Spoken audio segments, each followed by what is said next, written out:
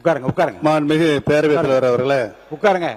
இங்கே மாண்புமிகு அறநிலைத்துறை அமைச்சர் திடீரென்று எழுந்து முதலமைச்சர் வரும்பொழுது ஏன் எதிர்க்கட்சி தலைவர் எழுந்து மரியாதை செலுத்தவில்லை என்ற ஒரு கருத்தை இங்கே தெரிவித்தார்கள். மாண்புமிகு பேரவைத் தலைவர் அவர்களே, இந்த சரித்திர முக்கியத்துவம் வாய்ந்த நம்முடைய பேரவைக்கு என்று சில மரபுகள் இருக்கின்றன. இந்த அவைக்கு பேரவைத் தலைவர்கள் அவர்கள்தான் தலைவர். பேரவைத் தலைவர் அவர்கள் வரும்போது கட்சி வித்தியாசமின்றி அனைத்து உறுப்பினர்களும் எழுந்து நிற்பது காலங்காலமாக கடைபிடிக்கப்பட்டு வருகின்ற மரபு. முதலமைச்சராக இருப்பவர்கள் இந்த அவையில் நுழைந்தவுடன் நேராக தங்கள் இருக்கைக்கு சென்று அங்கிருந்து ஒரு வணக்கம் செலுத்திவிட்டு அமர்வுதான் மரபு. ஆனால் மாண்புமிகு முதலமைச்சர் அவர்கள் அவைக்கு நுழைந்து நடந்து சென்று அங்குமிங்கும் திரும்பி வணக்கம் செலுத்திவிட்டு பிறகு தனது இருக்கையில் அமர்கிறார். இது ஒரு புதிய பழக்கமாக இருக்கிறது. மாண்புமிகு பேரவைத் தலைவர் அவர்களே, இந்த அவையை பொறுத்தவரையில் மாண்புமிகு பேரவைத் தலைவர்கள்தான் வரும்பொழுதுதான் அனைவரும் எழுந்து நிற்க வேண்டும் என்ற மரபிலிருந்து விலகிச் சென்று மாண்புமிகு முதலமைச்சர் வரும்பொழுதும் எழுந்து நிற்க வேண்டும் என்று அதை மாண்புமிகு பேரவைத் தலைவர்கள் தான் முடிவு செய்ய வேண்டும். நான் மாண்புமிகு பேரவைத் தலைவர்களும் ஒரு சின்ன கிளாரிபிகேஷன் கேட்கின்றேன். அதே நேரத்தில் புதிய மரபாக மாண்புமிகு முதலமைச்சர் வரும்பொழுது எழுந்து நிற்க வேண்டும் என்றால் இந்த அவைக்குள் மாண்புமிகு எதிர்க்கட்சி தலைவர் அவர்கள் வரும்போதும் அனைத்து உறுப்பினர்களும் எழுந்து நிற்க வேண்டுமா என்பதையும் மாண்புமிகு பேரவைத் தலைவர் அவர்தான் முடிவு செய்ய வேண்டும் என்று நான் பணிவோடு உங்களை கேட்டுக்கொள்ள கடமைப்பட்டிருக்கிறேன். அதை ஆளுங்கட்சி உள்பட அனைத்து உறுப்பினர்களும் எழுந்து நிற்பார்களா என்பதனையும் மாண்புமிகு பேரவைத் தலைவர் அவரிடம் நான் விளக்கம் கேட்க கடமைப்பட்டிருக்கிறேன். மாண்புமிகு பேரவை உறுப்பினர்களுக்கு திடீரென்று ஒரு விளக்கத்திற்கு நான் விடையளிக்க வேண்டும் என்று அவர் விரும்புகிறார். மாண்புமிகு முதலமைச்சர் அவர்கள் 9:30 மணிக்கு அவை கூடுகிறது என்றால் அவை கூடுவதற்கு முன்னாலே இந்த அவைக்கு வந்து இந்த பக்கமாக வந்து பாதி வரை சென்று அவர் வணக்கம் செலுத்துவதை நான் பார்த்து கொண்டிருந்திருக்கிறேன்.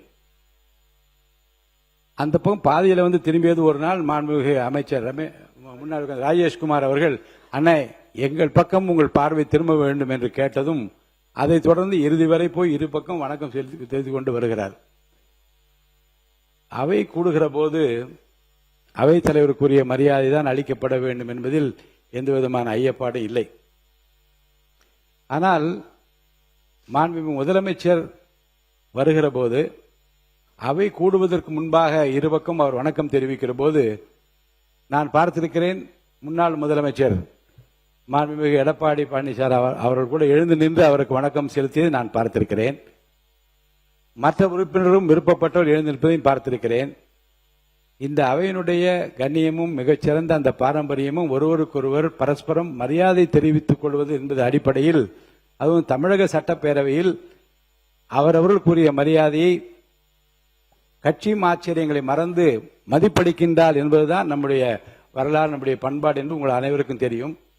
எனவே முதலமைச்சர் வருகிற போதோ எதிர்க்கட்சியர் வருகிற போதோ எழுந்து நின்று மரியாதை தெரிவிக்க வேண்டும் என்பது கட்டாயம் அல்ல. ஆனால் அப்படி தெரிவிப்பது என்பது தமிழுடைய பண்பாடு, நம்முடைய பாரம்பரியம். அந்த கண்ணியத்தை இந்த அவையிலே காப்பாற்ற வேண்டுமா வேண்டாமா என்பதை பற்றி கூட அவர் விருப்பத்திற்கு ஏற்ப நான் விட்டு விடுகிறேன். அதை பற்றி நான் யாரையும் வந்து செய்துதான் ஆக வேண்டும் என்று கட்டாயப்படுத்த முடியாது. அவரவர்கள் கொடுக்க வேண்டிய மரியாதையை தங்கள் மனதிற்கு ஏற்ப அவர் கொடுப்பது அவருடைய உரிமை, அதன்படி செய்து கொள்ளலாம். மாண்புமிகு நீர்வளத்துறை அமைச்சர் அவர்கள். மாண்புமிகு பேரவைத் தலைவர் அவர்களே, எங்களுடைய முதலமைச்சர் அங்கும் இங்கும் அப்படின்ற வார்த்தையை நீங்க நீக்கணும் சபை குறிப்பிலிருந்து. ஏன் அதை சொல்றோம் அப்படின்னா, மரியாதை எல்லா சட்டமன்ற உறுப்பினர்களுக்கும் மரியாதை கொடுக்கக்கூடியவர் தான் எங்கள் தலைவர் என்பதை இந்த நேரத்தில் தெரிவிச்சுக்கிறேன்.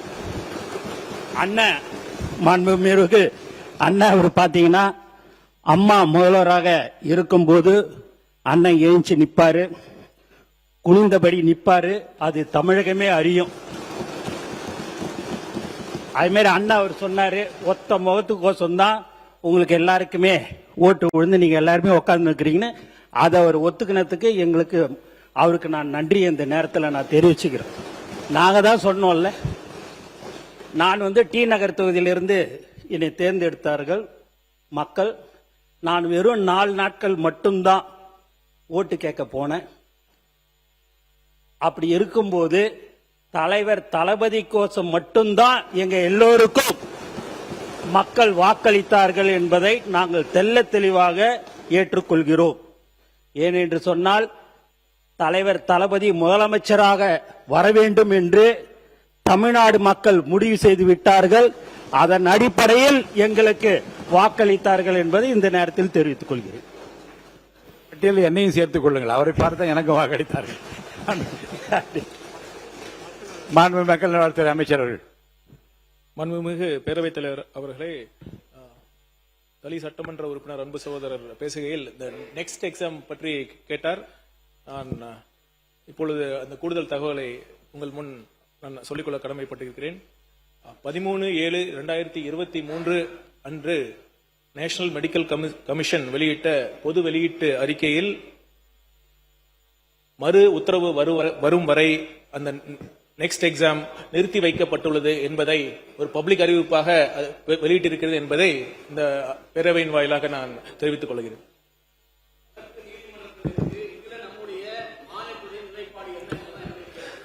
கண்டிப்பாக மாண்புமிகு பேரவைத் தலைவர் அவர்களே, நீட் எக்ஸாமை எந்த அளவிற்கு ஆணித்தரமாக இந்த அரசு எதிர்க்கிறதோ அதே அளவு நெக்ஸ்ட் எக்ஸாமையும் கண்டிப்பாக எதிர்ப்போம் என்று தெளிவாக உறுதியாக நான் சொல்லிக்கொள்ள கடமைப்பட்டிருக்கிறேன்.